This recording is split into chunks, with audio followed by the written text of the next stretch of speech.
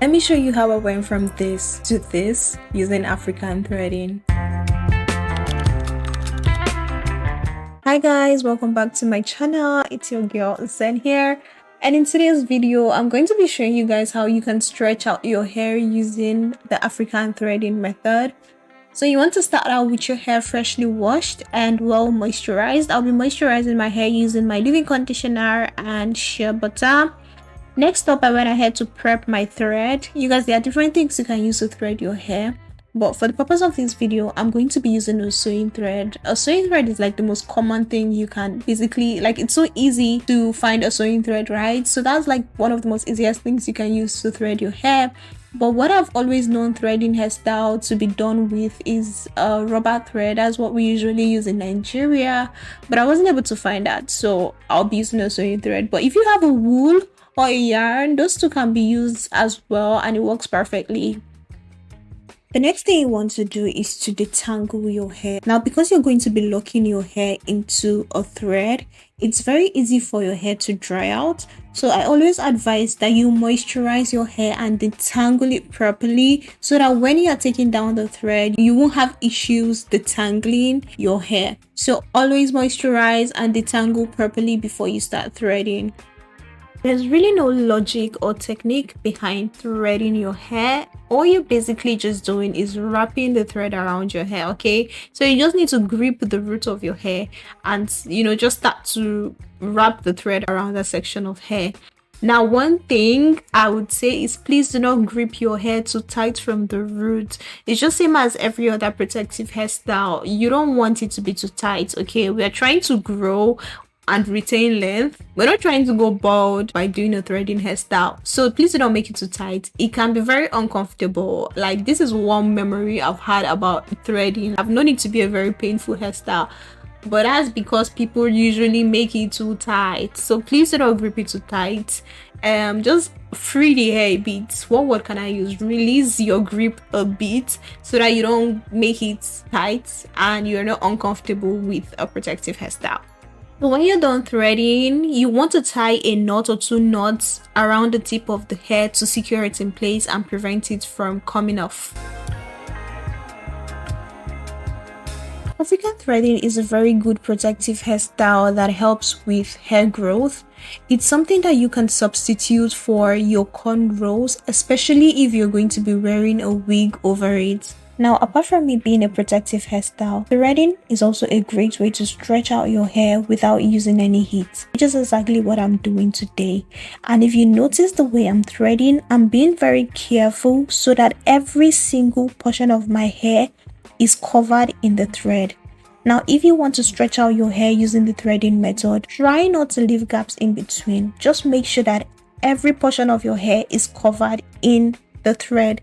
This is a very great way to stretch out your hair perfectly. So at intervals, I check to be sure that I'm not making the hair too tight, and if I am, I adjust to release any tension from my scalp. This hairstyle can have someone looking like an umbeke, which is why I just do it to wear it underneath my wigs. Maybe if I have it done by a professional, I can consider wearing it out, but I'm not about to have people staring at me in a very weird way.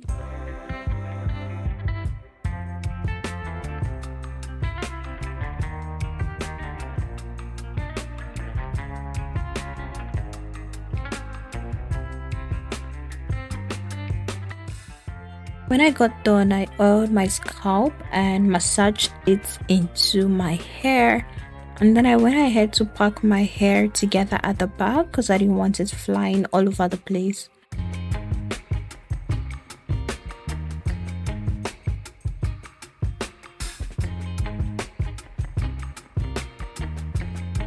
At this point, I wanted to be sure that my wig was gonna sit perfectly on this hair without the threading poking out of it. And it was really perfect. Like, my wig sat really flat on my hair.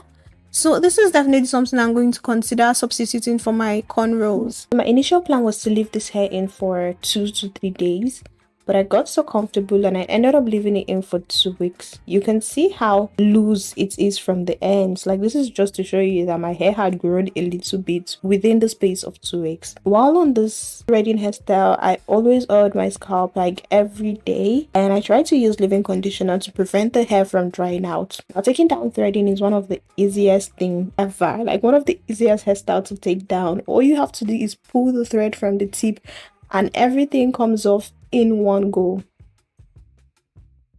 So at this point, I decided to trim my ends, which is something I haven't done in a very long time. Since my hair was all stretched out, I felt like this would be a perfect opportunity for me to do some trimming. I really do not have any technique to trimming. Like I said, I haven't done it in a very long time. So basically all I'm doing is that I'm using my small tail comb to comb my hair out.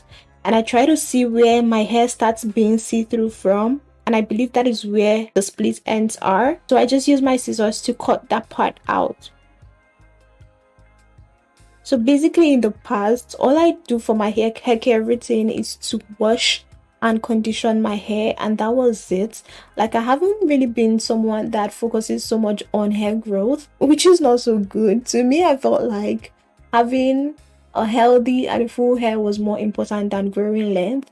But my perspective of all that is beginning to change. I feel like I want to start focusing on growing my hair. I've been on this natural hair journey for a very long time, and I feel like my hair has just been on one spot because I haven't had the time to do more than just washing and conditioning my hair. But now that I have some free time, like, I want to focus so much on growing my hair and retaining length. So going forward, threading is definitely something I'm going to be doing.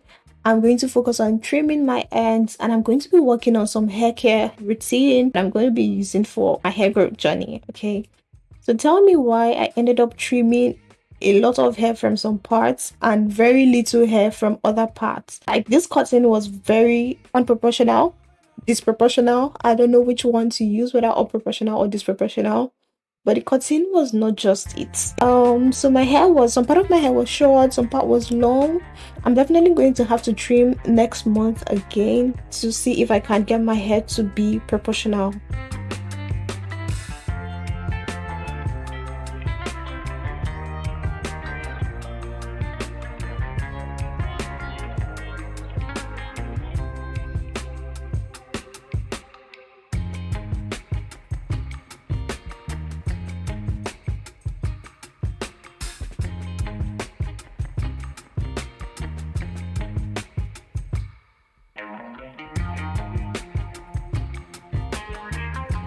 Alright guys, so this is what we have at the end of the day, and this is how much hair I was able to pick up. That was definitely not all I cut off.